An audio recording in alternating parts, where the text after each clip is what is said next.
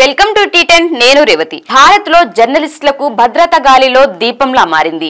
ముఖ్యంగా బీజేపీ పాలిత రాష్ట్రాల్లో అయితే ఇది ఆందోళనకరంగా ఉన్నది. ప్రజలు అప్రమత్తానికి మధ్య వారధిగా ఉంటూ అవినీతిని బయటపెడుతూ పారదర్శకత కోసం పాటుపడే జర్నలిస్టులు భయపడుతూ బతకాల్సిన పరిస్థితులు ఉన్నాయి. ఈ రాష్ట్రాల్లో జర్నలిస్టులకు వారి ప్రశ్నించే తత్వమే యమపాశంగా మారుతున్నది.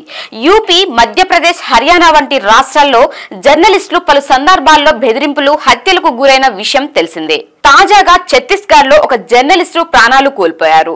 రోడ్డు ప్రాజెక్టు అవినీతిని కవర్ చేసిన ఆయన కాంట్రాక్టర్ కు చెందిన స్థలంలో ఉన్న సెప్టిక్ ట్యాంక్ లో శవమై తేలాడు. ఛత్తీస్గఢ్ లో ఇప్పుడది పలు అనుమానాలకు తావిస్తున్నది. బస్తర్ ప్రాంతానికి చెందిన ముఖేష్ చంద్రకర్ ఇండిపెండెంట్ జర్నలిస్టుగా ఉన్నారు.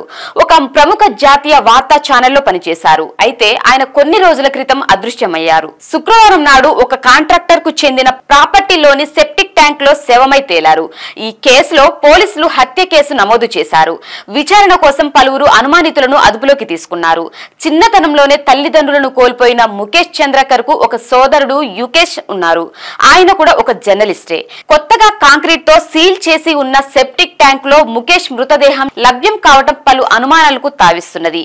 ముఖేష్ హత్య పట్ల ఛత్తీస్గఢ్ సీఎం విష్ణు డియో సారు స్పందిస్తూ నిందితులను ఎట్టి పరిస్థితుల్లోనూ వదిలేది లేదని, నేరస్తులను త్వరగా పట్టుకుని కఠినమైన శిక్ష పడేలా అధికారులను ఆదేశించాలని తెలిపారు. అసలు ఎవరి ముఖేష్ ఒకసారి చూద్దాం.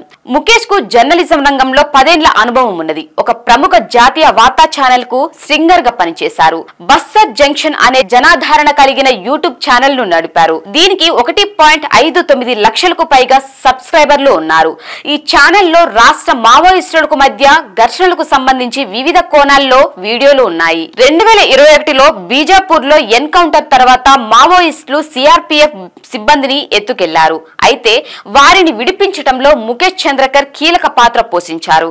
ముఖేష్ డెత్ మిస్టరీపై ఛత్తీస్గఢ్ లో ముఖ్యంగా మీడియా రంగాన్ని షాక్ కు గురి చేసింది. ఇప్పటికే బస్తర్ ప్రాంతంలోని జర్నలిస్టులు ఈ ఘటనను ఖండించారు. ఇక్కడి జర్నలిస్టుల్లో ప్రతిరోజు భయపడుకుంటూ పనిచేయాల్సిన పరిస్థితులు ఏర్పడ్డాయని ఆందోళన వ్యక్తం చేశారు. ఈ నెల 1 నుంచి ముఖేష్ ఆచూకీ లభించకపోవడంతో ఆయన అన్నయ్య యుకేష్ చంద్రకర్ ఆ తర్వాతి రోజే పోలీసులకు ఫిర్యాదు చేశారు. మొబైల్ ట్రాకింగ్ ద్వారా ముఖేష్ మృతదేహం ఉన్న ప్రాంతాన్ని పోలీసులు కనుగొన్నారు. అది చట్టపార బస్తీలోని కాంట్రాక్టర్ సురేష్ చంద్రకర్ ప్రాపర్టీ కావడం గమనార్హం.